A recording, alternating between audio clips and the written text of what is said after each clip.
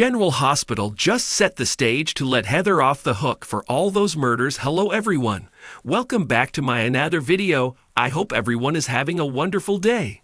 Before starting the video, please go ahead and hit the subscribe button and give this video a like up. Heather has never been what we call stable on General Hospital. Longtime viewers know that well. But finding out that she was a hook-wielding serial killer who put, among others, Britt into an early grave still felt like one heck of a jump. Now, though, we may have found out why it happened and gotten her off the hook for, at least, her most heinous crimes. Because on today's episode, we learned that Heather was suffering from metallosis, which led to cobalt poisoning from her hip replacement. To be clear, both Heather and the show were a bit fuzzy on when this hip replacement happened and how long the cobalt's been poisoning her mind, as well as her blood. It's not entirely clear whether they're going to use this to explain her mental imbalance in general or just dial back her extreme murderous tendencies. But as far as excuses go, it's actually not bad despite its odd-sounding name.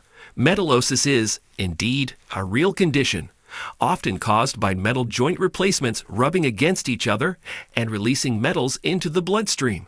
And cobalt poisoning from hip replacements is also very real. According to Drug Watch, we're relying on expertise outside of our own here to make sense of some really technical medical research. Symptoms of cobalt toxicity can include depression and other mental health conditions, as well as cognitive impairment.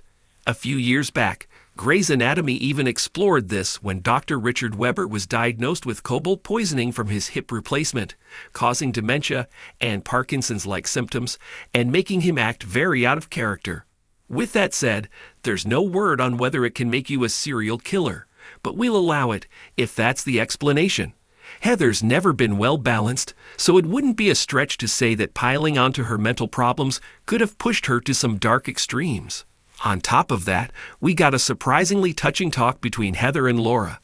That kind of beautifully addressed the sometimes disjointed nature of soap opera characters. While Heather was coming to terms with her diagnosis, Laura stepped in. "If it makes you feel any better," she admitted, "I feel like I've lived a few different lives. And sometimes I can't always connect the dots between them." And that gets right to the heart of how different writers can put different spins on characters, resulting in some major jumps sometime.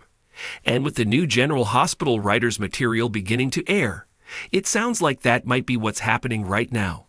Except, instead of another disjointed jump, they're trying to get things back to how they were.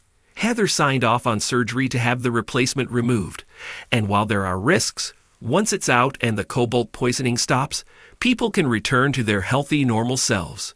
We guess we'll find out soon enough what that means for Heather.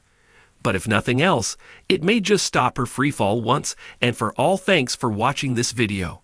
Please subscribe to our YouTube channel, General Hospital Update, and stay with us.